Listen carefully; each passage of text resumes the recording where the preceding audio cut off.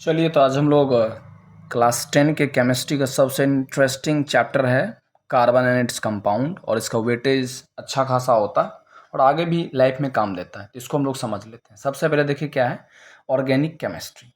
Organic chemistry किसे कहते हैं? तो the branch of chemistry that deals with the carbon and its compound, उसे नाम देते हैं ऑर्गेनिक केमिस्ट्री। याद रखिएगा कि केमिस्ट्री का वैसा ब्रांच जहां हम कार्बन के बारे में स्टडी करते हैं उसे नाम देते हैं ऑर्गेनिक केमिस्ट्री। या फिर आप ये भी कह सकते हैं the substance obtain from plants and animals, है ना, प्लांट्स एंड एनिमल्स सोर्सेस, उसे हम लोग क्या कह देंगे? Organic compound. तो वैसा सब्सटेंस जिसको आप प्लांट या एनिमल से ऑब्टेन करते हैं उसको हम लोग ऑर्गेनिक कहते हैं। सबसे पहला ऑर्गेनिक कंपाउंड जो बना था लेबोरेटरी में उसका नाम था यूरिया, जो फेडरिक हुलर ने बनाया था। कैसे?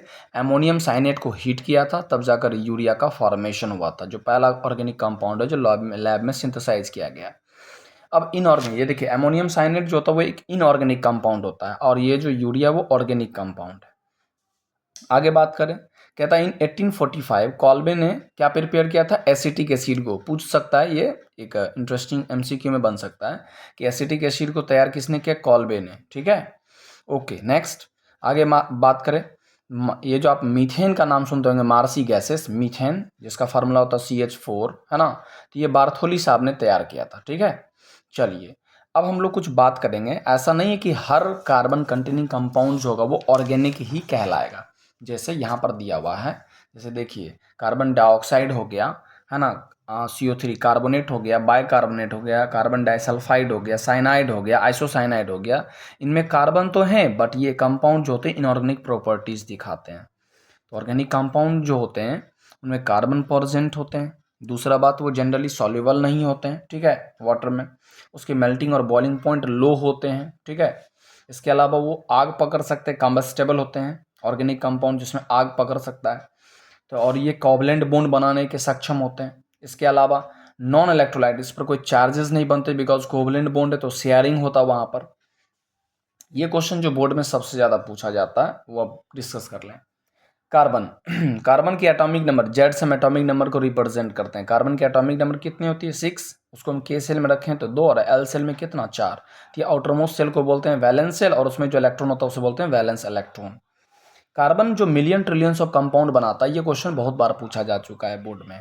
क्यों बनाता है? तो इसका रीजन है because of tetravalency and catenation. Tetravalency और कैटेनेशन, ये वर्सेटाइल नेचर की वजह से carbon million trillions of compound को बना पाते हैं। तो हम जानते हैं कि कार्बन ना तो लूज कर सकता है ना ही वो गेन कर सकते हैं, ठीक है। तो ऑक्टेट कंप्लीट करने के लिए उसे शेयर करना पड़ता है, इसीलिए वो टेट्रा। तो टेट्रा का मतलब होता है 4, मतलब वैसा एलिमेंट जिसकी वैलेंसी 4 हो, ठीक है।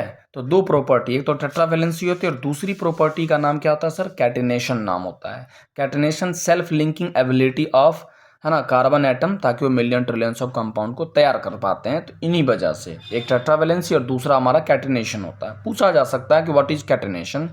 तो the property of self linking of atom of an element through the covalent bond, इसी को हम लोग, ताकि वो स्ट्रेट चेन ब्रांच साइक्लिक बना सके, इसी को हम कैटेनेशन नाम देते हैं, ठीक है।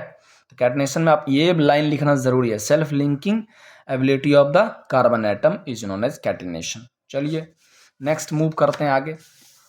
अब कोवलेंट बॉन्ड सर क्या होता है सर? तो वैसा बॉन्ड जो शेयरिंग की वजह से बनेगा, तो म्यूचुअल शेयरिंग से ऑफ इलेक्ट्रॉन से जो बनता है उसे नाम देते हैं क्या है? कोवलेंट बॉन्ड देते हैं। अब कोवलेंट बॉन्ड नॉन मेटल के बीच में होता है, शेयरिंग तो नॉन मेटल ही करते हैं। इसमें पहला आता है सिंगल, दूसरा डबल, तीसरा ट्रिपल। अब जब सिंगल कोवलेंट बॉन्ड होंगे तो दोनों साइड में देखिए एक एक इलेक्ट्रॉन्स पाए जाते हैं, ठीक है सर। डबल बॉन्ड में टोटल कितने इलेक्ट्रॉन हो जाएंगे? 2 बॉन्ड है तो 4 इलेक्ट्रॉन, और ट्रिपल में कितने हो जाएंगे? 6 इलेक्ट्रॉन हो जाएंगे। तो पेयर ऑफ इलेक्ट्रॉन्स जो पार्टिसिपेट करते हैं बॉन्ड फॉर्मेशन में उसे नाम दिया जाता है बॉन्ड पेयर ऑफ इलेक्ट्रॉन या शेयर्ड पेयर ऑफ इलेक्ट्रॉन, याद रखिएगा। वैसा इलेक्ट्रॉन जो बॉन्ड बनाने में पार्टिसिपेट करते हैं उसे बॉन्ड पेयर या शेयर्ड पेयर कह सकते हैं। बट जो बैठा रहता है, जो बच जाता है, जो बॉन्ड नहीं बना पाते हैं, the pair of electrons that do not participate in the bond formation are called lone pairs of electron. तो वैसा पेयर ऑफ इलेक्ट्रॉन्स जो बॉन्ड नहीं बनाते हैं उसे लोन पेयर कहते हैं। जैसे नाइट्रोजन का एटॉमिक नंबर कितना होता है सर? यस, 7 होता है। पहले सेल में 2, दूसरे सेल में 5 हो जाएंगे। तो आउटर मोस्ट में जो वैलेंस इलेक्ट्रॉन है 1 2 3 4 5, इधर भी देख लीजिए 1 2 3 4 5, ये तो ट्रिपल बॉन्ड बना लेते हैं, लेकिन ये दोनों इलेक्ट्रॉन तो बचे रह गए थे, इसे लोन पेयर बोलेंगे, और जो बॉन्ड बना लिया उसे शेयर्ड पेयर कह सकते हैं। ठीक है, okay. Normally lone pair are not, अब जनरली ये जो बचा हुआ है उसको हम लोग लोन पेयर कहते हैं, और जो बॉन्ड बना लिया उसको शेयर, तो उसको नहीं भी दिखाया जाता है। ओके, यहाँ तक समझ के बात को नेक्स्ट मूव करें। चलिए, अब यहाँ से इंटरेस्टिंग टॉपिक स्टार्ट होता है हाइड्रोकार्बन्स। हाइड्रो एंड कार्बन मतलब हाइड्रोजन और कार्बन से यदि कोई कंपाउंड बनेगा उसे नाम क्या देंगे, हाइड्रोकार्बन। तो the compound that are made या formed from carbon and hydrogen atom only are called hydrocarbons. Hydrocarbons को दो पार्ट में डिवाइड किया गया है, एक होता है एलिफेटिक, दूसरे होते हैं साइक्लिक।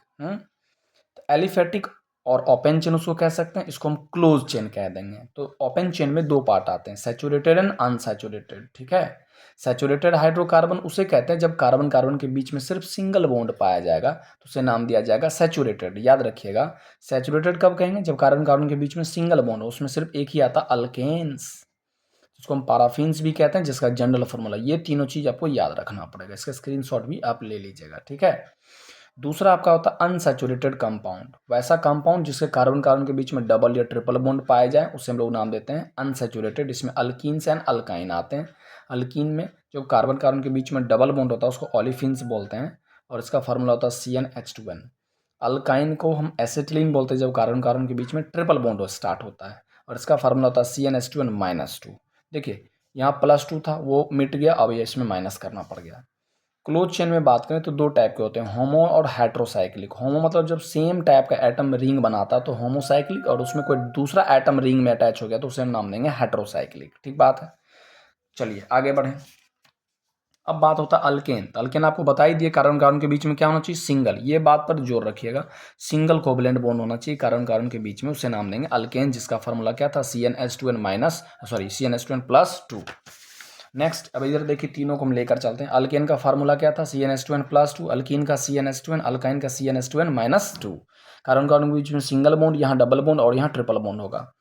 ये इसकी ज्योमेट्री है ना, टेट्राहेड्रल होता है, प्लेनर होते हैं, लीनियर होते हैं। लीनियर मतलब स्ट्रेट लाइन। ठीक है, ये सबसे कम रिएक्टिव होते हैं, उससे थोड़ा ज़्यादा, सबसे ज़्यादा रिएक्टिव इन दोनों के मुकाबले में डबल बॉन्ड वाले होते हैं। अब ओपन चेन कंपाउंड जो होते हैं उसी को हम लोग बोलते हैं एलिफेटिक कंपाउंड। ठीक है, और जिसको हम एनिमल के फैट से ऑब्टेन करते हैं। चलिए, कहता कार्बन कंपाउंड जिसके है ना सिंगल बॉन्ड पाया जाएगा तो उसे क्या नाम दीजिएगा, सैचुरेटेड। डबल ट्रिपल पाया जाएगा तो क्या कह देंगे सर, उसे अनसैचुरेटेड। यस, कार्बन कार्बन के बीच में डबल या ट्रिपल बॉन्ड, मल्टीपल बॉन्ड्स मिल जाए, multiple bonds, that is called unsaturated hydrocarbons. अब आइए, कोवैलेंसी क्या है, the number of electrons which an atom of an element shares with other atom to form the covalent bond, that is called covalency. ये word आपको नया मिला होगा। ठीक है, कोवैलेंसी क्या होता है, तो द नंबर ऑफ इलेक्ट्रॉन जो शेयर करते हैं दोनों एटम के द्वारा, उसी को कोवैलेंसी कहते हैं। जैसे हाइड्रोजन और क्लोरीन के बीच में कोवैलेंसी 1 होगी, ऑक्सीजन दो इलेक्ट्रॉन शेयर करते हैं तो इसकी कोवैलेंसी 2 होगी, इसकी कोवैलेंसी 3 हो जाएगी। ठीक है, अब प्रॉपर्टीज हम बात कर लेते हैं कोवैलेंट कंपाउंड में। पहला, physical state generally gaseous form में पाए जाते हैं। मेल्टिंग पॉइंट, बॉइलिंग पॉइंट आपको पहले बता चुके, लो होती है, इलेक्ट्रिसिटी कंडक्ट नहीं कर पाते हैं। अब आता है यहाँ से नया टर्म एलोट्रॉप्स।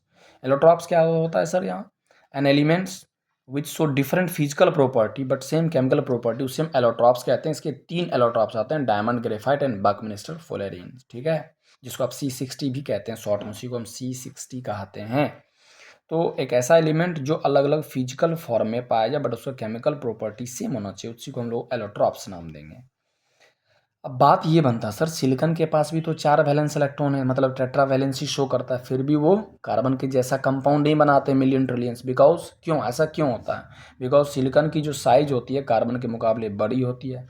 दूसरा, इसके बीच में जो बॉन्ड होते हैं उसका स्ट्रेंथ कमज़ोर होते हैं। ठीक है, इन्हीं सब कारणों की वजह से और इसमें कैटनेशन भी ज़्यादा देखने को नहीं मिल पाती है। चलिए, तो सीधा सीधा बात ये हो गया कि carbon million trillions of compound को बना पाता है टेट्रावैलेंसी और कैटनेशन की वजह से, याद रखिएगा। ओके, हम लोग मूव करें अगले पार्ट में। यहाँ से नेक्स्ट पार्ट जो मिलता है सर, यहाँ से देखिए, देखिए जो साइक्लिक कंपाउंड होते हैं, तो साइक्लिक में देखिए जितना भी यहाँ टर्न आप देख रहे हैं, हर एक टर्न पर कार्बन मौजूद होते हैं। ठीक है, ये टॉलिन का एग्जाम्पल, ये फिनॉल हो गया। ठीक है, और ये आपका है ना नेप्थलीन हो गया।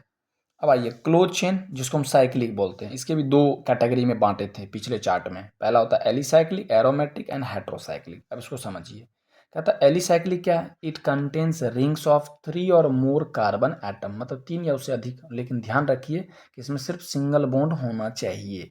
क्या होना चाहिए सर, इसमें सिर्फ सिंगल बॉन्ड होना चाहिए कार्बन कार्बन के बीच में, खास करके जब वो रिंग तैयार कर रहे हैं, क्लोज लूप बना रहे, तो सिंगल बॉन्ड होने चाहिए। एरोमा मीन्स क्या होता है, smell, fragrance, Mahak. It contain 1 और मोर हेक्सागोनल रिंग्स इसमें होना चाहिए, एक 6 साइड वाला रिंग तो मौजूद होना चाहिए, तब वो एरोमेटिक कंपाउंड कहलाएंगे। और हेट्रोसाइक्लिक मतलब रिंग में जब कोई कार्बन के अलावा कोई दूसरा एटम जैसे नाइट्रोजन, ऑक्सीजन, सल्फर जैसे एटम दिख जाए तो उसे हम लोग नाम देंगे हेट्रोसाइक्लिक कंपाउंड नाम दे देंगे। ठीक है सर। आगे जैसे यहाँ पर देखिए रिंग्स में, यहाँ पर देखिए कार्बन रिंग्स में नाइट्रोजन आ गया, ऑक्सीजन, यहाँ सल्फर आ गया, तो ये सब हेट्रोसाइक्लिक कहलाएंगे। अब अल्काइल ग्रुप की बात कर लें, जब अल्केन जिसका फार्मूला क्या बताए थे आपको, CnH2n+2, उसमें से जब एक हाइड्रोजन कम हो जाएगा तो बन जाएगा अल्काइल का फार्मूला CnH2n+1, मतलब अल्केन में से एक हाइड्रोजन कम तो बन जाएगा अल्काइल, याद रखिएगा। जैसे फॉर एग्जांपल ये देखिए यहाँ पर लिखा हुआ है मीथेन, CH4 होता है, एक कंपाउंड, एक उसमें से हाइड्रोजन कम तो मिथाइल नाम हो जाएगा। उसी प्रकार से ईथेन में एक हाइड्रोजन कम हो जाएगा तो इथाइल नाम हो जाएगा। प्रोपेन में एक कम हो जाएगा तो प्रोपाइल नाम हो जाएगा। ब्यूटेन में एक कम तो ब्यूटाइल हो जाएगा। उसी प्रकार से पेंटेन से एक कम होगा तो पेंटाइल हो जाएगा। ठीक है, तो आगे बढ़ने से पहले एक लास्ट चीज़ जो हम लोग रिकॉल कर लें, उसके बाद हम आगे मूव कर जाएंगे। जैसे आपको याद रखना पड़ेगा, जब एक कार्बन होगा तो उसे हम लोग मिथ पढ़ते हैं। ठीक है, 2 कार्बन होगा तो उसे हम लोग क्या बोल देंगे सर, इथ। 3 कार्बन होगा तो उसे क्या नाम देंगे, प्रॉप। 4 कार्बन होगा तो उसे क्या कह दीजिए, ब्यूट। 5 कार्बन होगा तो उसे क्या कहना पड़ेगा, पेंट। 6 कार्बन होगा तो उसे क्या कहेंगे, हेक्स। 7 कार्बन होगा तो उसे क्या कहेंगे, हेप्ट। 8 कार्बन होगा तो उसे क्या कहेंगे, ऑक्ट। 9 कार्बन होगा तो उसे क्या कहेंगे, नॉन। और 10 कार्बन होगा तो उसे क्या कहेंगे, डेक। अब ये मत समझिएगा कि अक्टूबर, नवंबर, दिसंबर, ये सब नहीं। यहाँ से, हाँ, यहाँ से मैथमेटिकल स्टार्ट होता है, pentane, hexane, heptane, octane, नोनेन, decane. और ये 3 आपको याद रखना, इसी में बच्चे भूलते हैं, मीथेन, इथेन, प्रोपेन। ठीक है, good luck to you all. आगे नेक्स्ट वीडियो में हम लोग यहाँ से आगे मूव करेंगे।